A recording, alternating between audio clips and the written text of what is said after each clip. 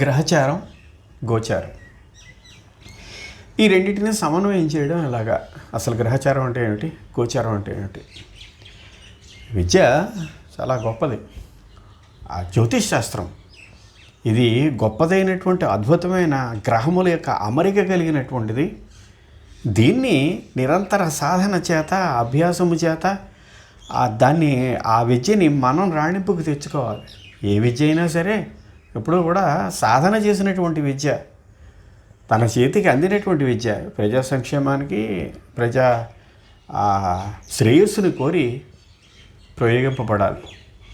ద్రోణుడంతటి వాడే అర్జునుడికి, తన ప్రియ శిష్యుడు అర్జునుడికి నేర్పినటువంటి విద్యలని తన పుత్రుడు అశ్వత్థామకు కూడా నేర్పలేదు. ఎందుకంటే విద్యకు కూడా ఒక అర్హత ఉంటుంది. ఈ ప్రజాశ్రేయస్సు, ప్రజా సంక్షేమమే దాని యొక్క ధ్యేయం. ఉత్తర ప్రేమతోటి ఆ బ్రహ్మశిరోరామాస్త్రాన్ని, ప్రయోగాన్ని నేర్పి ఉపసంహారం నేర్పలేదు ద్రోణుడు అశ్వత్థామకి. దాని ఫలితం ఏమిటో భారత యుద్ధం చివరిలో మనం చూసాం. కనుక శిష్యుడు ఎలాంటి వాడో గురువు గ్రహిస్తాడు. విద్య యొక్క ప్రయోజనం ఏమిటో గురువుకే గొప్పగా తెలుస్తుంది. వ్యాపార దృక్పథం పెరిగిపోయినటువంటి రోజుల్లో విద్య రాణింపుకు రావడం, సాధ్యమైనంత తక్కువ స్వార్థానికి ఉపయోగించుకోవడమే విద్య యొక్క ప్రస్తుత కాలంలో ప్రయోజనం.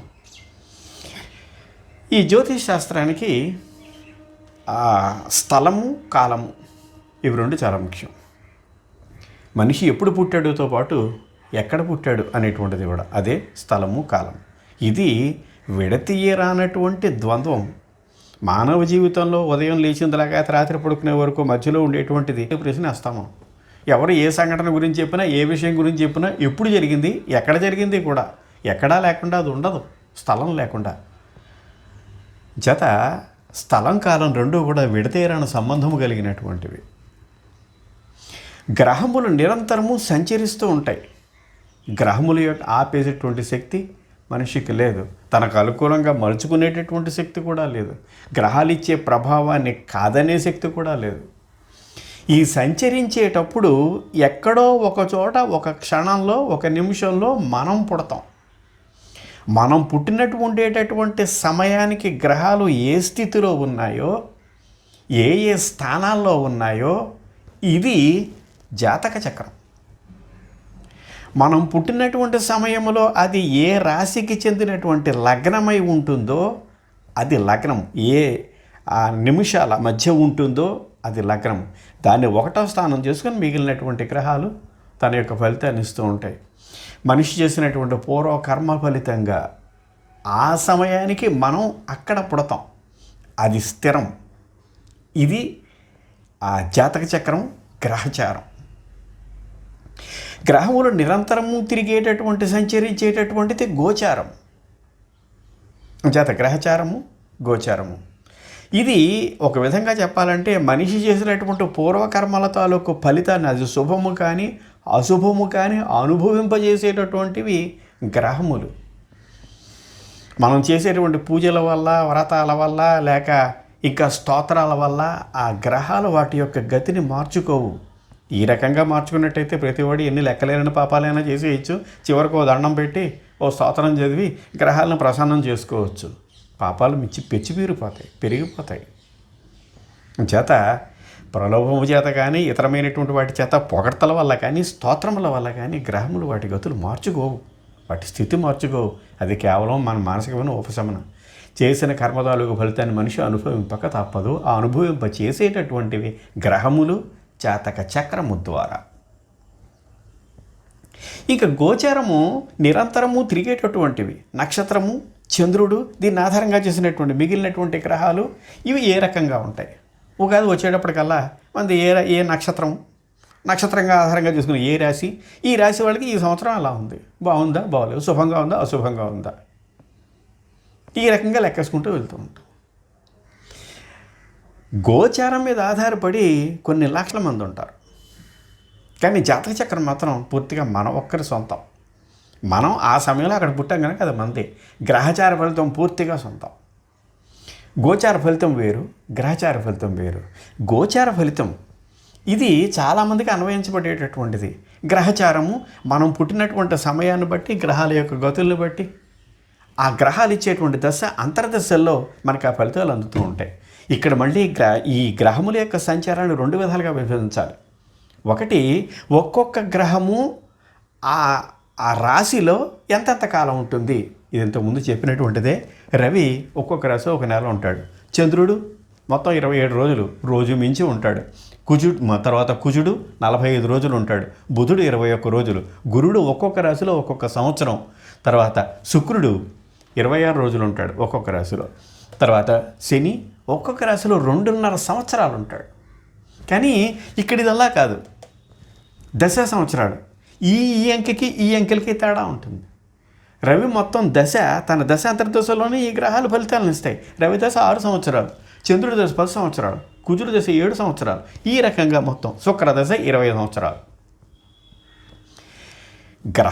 గోచారం రీత్యా గ్రహ సంచారంలో ఈ రోజులని ఇన్నేసి రోజులు ఉంటే ఈ గ్రహ సంచారం తిరుగుతూ ఉంటాయి. కనుక ఒక్కొక్కసారి కలుస్తూ విడిపోతూ ఉంటాయి.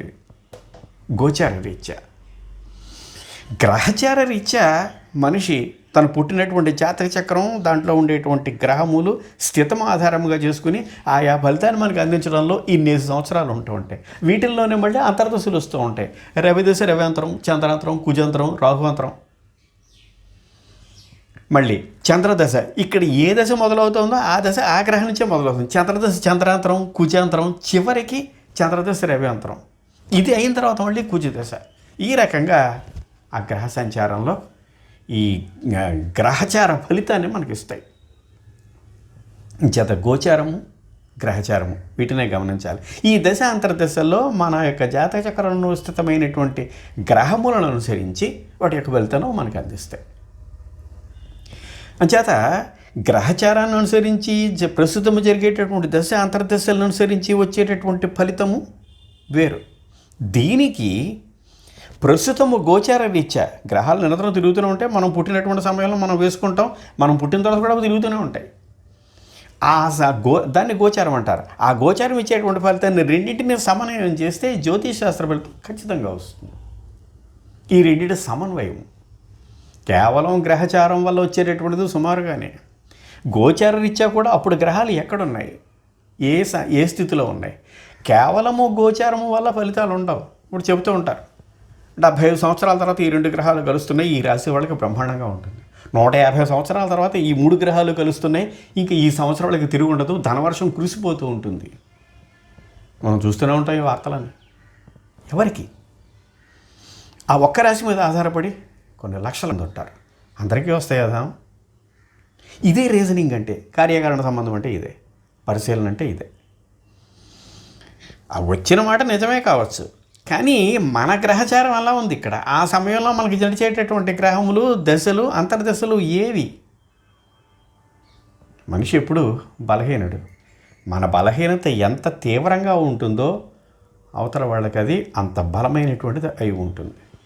చేత మనం చూసేటువంటి వార్తలు కానీ, చెప్పేటువంటి విషయాల్లో కానీ దాంట్లో ఉండేటటువంటి ఆ కార్యకారణ సంబంధం, రీజనింగ్ ఎంత, నిజంగా ఇది జరిగే అవకాశం ఉంటుందా, ఉంటుందా? ఈ రాశి వాళ్ళకి నిజంగా బాగుంటుంది అని చెబితే ఆ రాశిలో నేను కూడా చూస్తాను ఒక ఆ రాశిలో నా రాశి ఉందా లేదా అని. మానవ సహజం అది, బలహీనత. గ్రహముల నిత్య నిరంతర సంచారము గోచారము. ఈ గోచారానికి నక్షత్రము, రాశి ఇవి రెండే ముఖ్యం. మనం ఏ నక్షత్రంలో పుట్టాం, మనది ఏ నక్షత్రం, ఈ నక్షత్రంగా ఆధారంగా చేసుకుని అది ఏ రాశి. ఈ రాశి వాడికి ఈ సంవత్సరం ఎలా ఉంది, ఉగాది నుంచి. ఉగాది వచ్చింది అంటే చాలు పంచాంగ శ్రవణంలో మొట్టమొదటి ఈ రాశుల గురించే ప్రస్తావన. నా రాశి వారికి ఎలా ఉంది, ఈ సంవత్సరం ఎలా ఉంటుంది, బాగుంటుందా బాగుంటుందా. వాడు బాగుంటుందని చెబుతాడు, సంవత్సరం మొత్తం మీద బాగుంటుందా. వాడు బాగోదని చెబుతాడు, సంవత్సరం మొత్తం మీద బాగుంటుంది.